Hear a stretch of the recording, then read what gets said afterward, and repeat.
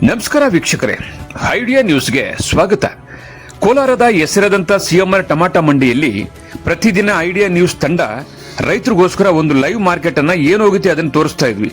ಆದ್ರೆ ಇವತ್ತು ನಾವು ಹೇಳೋದೇನಪ್ಪ ಅಂದ್ರೆ, ಇವತ್ತು ಕೋಲಾರದ ಸಿಎಂಆರ್ ಮಂಡಿ ದೊಡ್ಡದಾಗಿದೆ.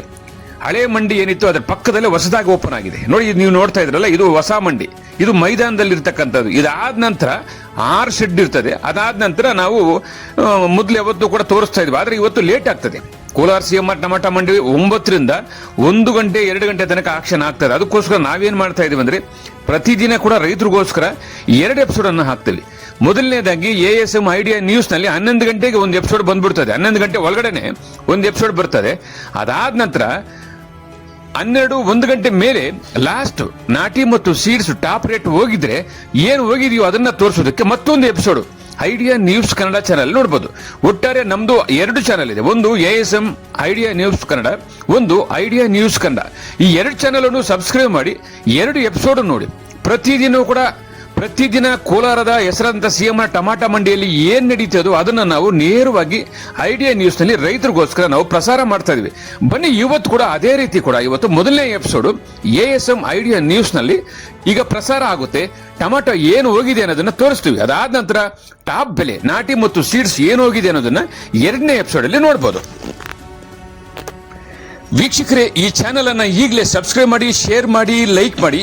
ಪ್ರತಿದಿನ ಟೊಮಾಟೊ ಬೆಲೆ ನೋಡಿ. ಎಲ್ಲರಿಗೂ ಧನ್ಯವಾದ.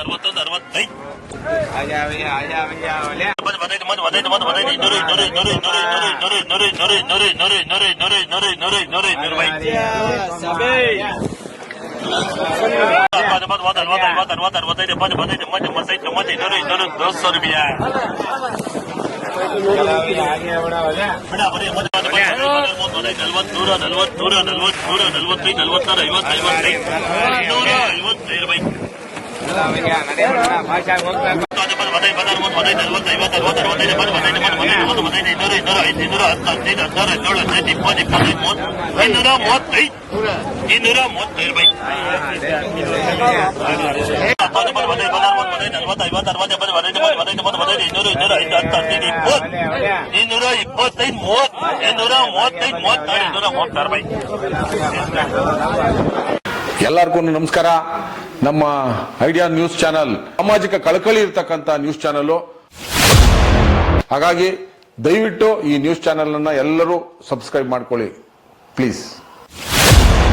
ವೀಕ್ಷಕರೇ, ಇಂತಹ ವಿಡಿಯೋಗಳು ನೋಡಬೇಕಾದ್ರೆ ಐಡಿಯಾ ನ್ಯೂಸ್ ಅನ್ನ ಸಬ್ಸ್ಕ್ರೈಬ್ ಮಾಡಿ, ಶೇರ್ ಮಾಡಿ, ಲೈಕ್ ಮಾಡಿ. ನಮಸ್ತೆ ಎಲ್ಲ ನನ್ನ ಪ್ರೀತಿಯ ಕನ್ನಡಾಭಿಮಾನಿಗಳಿಗೆ, ಕಲಾಭಿಮಾನಿಗಳಿಗೆ ನಿಮ್ಮ ಪ್ರೀತಿಯ ಶಿವಾರ ಉಮೇಶ್ ಮಾಡೋ ನಮಸ್ಕಾರಗಳು. ಕೋಲಾರದ ಸಮಸ್ತ ಬಂಧುಗಳು, ಕರ್ನಾಟಕದ ಎಲ್ಲ ಕಲಾಭಿಮಾನಿಗಳು, ಕನ್ನಡಾಭಿಮಾನಿಗಳು ಈ ಐಡಿಯಾ ನ್ಯೂಸ್ ಚಾನಲ್ನ ಸಬ್ಸ್ಕ್ರೈಬ್ ಮಾಡ್ಕೊಳ್ಳಿ, ಬೆಂಬಲಿಸಿ, ಆಶೀರ್ವದಿಸಿ, ಆನಂದಿಸಿ, ವಿವೇಚಿಸಿ, ವಿಚಾರಿಸಿ. ಐಡಿಯಾ ನ್ಯೂಸ್ ಚಾನಲ್ಗೆ ತಾವೆಲ್ಲರೂ ಕೂಡ ಚಂದರ್ರಾಜ್. ಧನ್ಯವಾದಗಳು.